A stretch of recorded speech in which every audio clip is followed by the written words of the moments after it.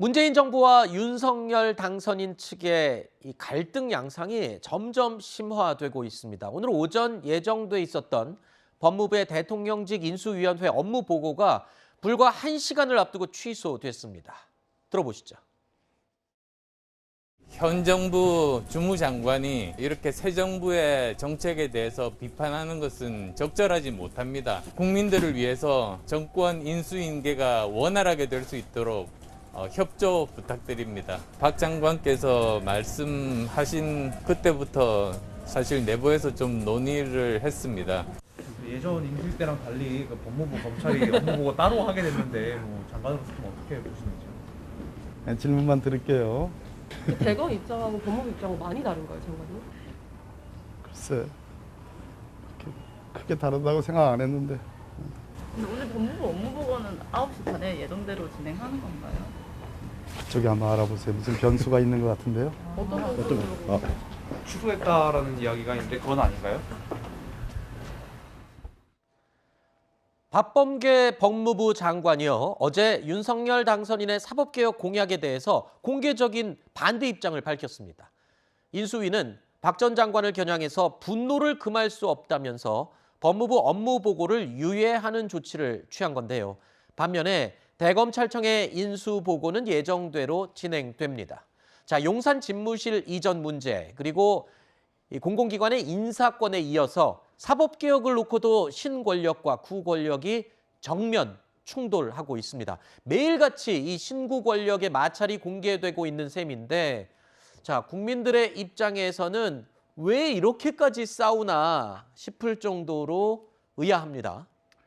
역대 그 정권 이양기에 과연 이런 적이 있었을까 싶습니다. 오래되긴 했지만 보수 정권이라고 할 수 있는 김영삼 전 대통령은 김대중 당시 당선인과 7차례 만났습니다. 협의를 잘 했고요. 또 노무현 전 대통령은 이명박 당선인을 자기보다 더 윗사람이다 이렇게 얘기하시면서 한미 FTA 관련한 약간의 이견 외에는 전혀 무리 없이 정권 이양이 됐다고 지금 평가를 합니다.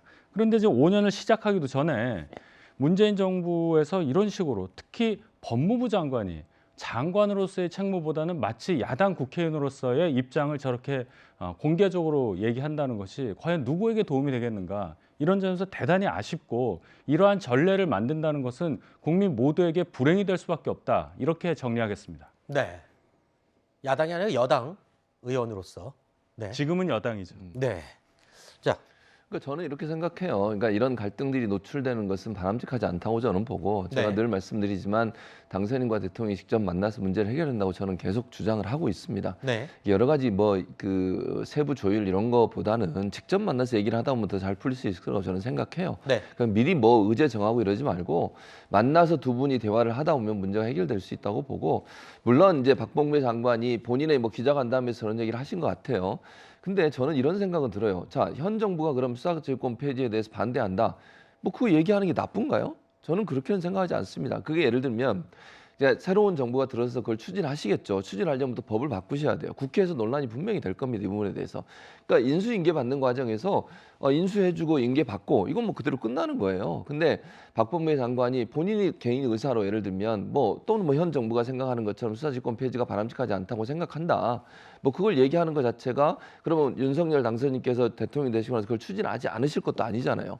그러면 현 정부 입장에서 뭐 의견이 있거나 아니면 입장이 다른 부분에 대해서 아무 말도 하지 말고 그럼 윤석열 당신이 하는 걸 다 원하는 대로 해드려야 되느냐? 그건 저는 다른 차원에서 봐야 된다고 생각을 해요. 그래서 네. 물론 저는 갈등이 노출되는 것 자체는 부정적으로 보지만 입장을 얘기하고 그 입장에 대해서 윤석열 당선인과 입장이 다르구나, 국민이 판단하고 이렇게 해서 또 윤석열 당선인이 대통령이 되시면 추진하시고 이런 과정을 거치면 된다고 생각합니다. 네. 자, 한국은행 총재 인선을 두고도 오늘 오전에 윤 당선인의 입장 있었습니다. 함께 들어보시죠. 집을 사면은 당선인이라고 하는 거는 부동산 매매 계약에서 이제 대금은 다 지불한 상태 아닙니까? 등기 명의 이전하고 명도만 남아 있는 상태인데 곧 들어가 살아야 되는데 아무리 법률적인 권한이 소유권이 매도인에게 있더라도 이제 들어와 살 사람의 입장을 존중해서 본인이 사는데 필요한 거나 또는 어떤 관리하는데 필요한 조치는 하지만 집을 이렇게 좀 고치거나 이런 건 잘 안 하지 않습니까? 자, 윤 당선인 본인을 이렇게 비유했습니다.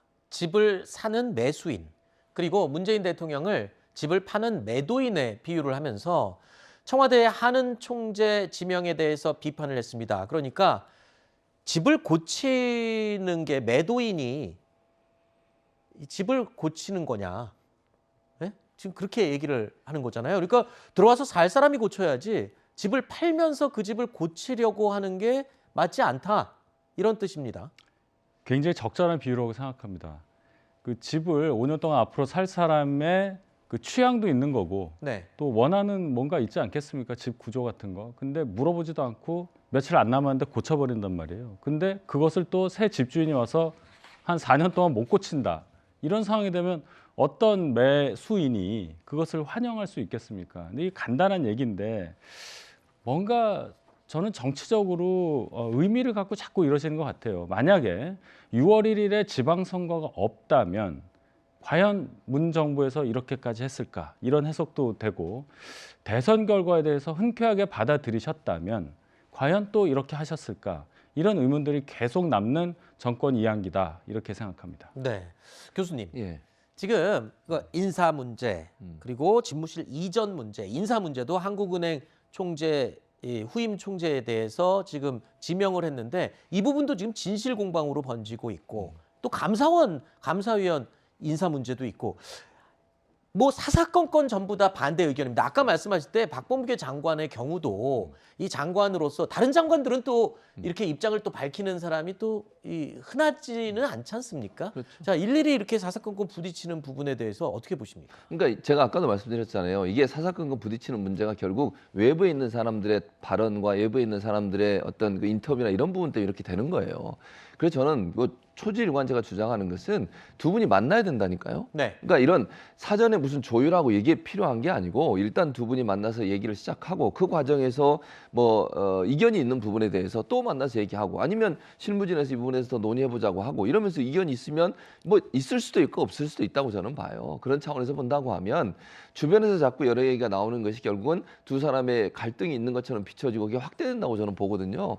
그래서 가능한 한 빠른 시간 안에 두 분이 만나는 게 저는 제일 중요하다고 생각을 합니다. 그 안에서 문제가 해결될 수 있도록 해야 한다고 저는 생각을 하고요.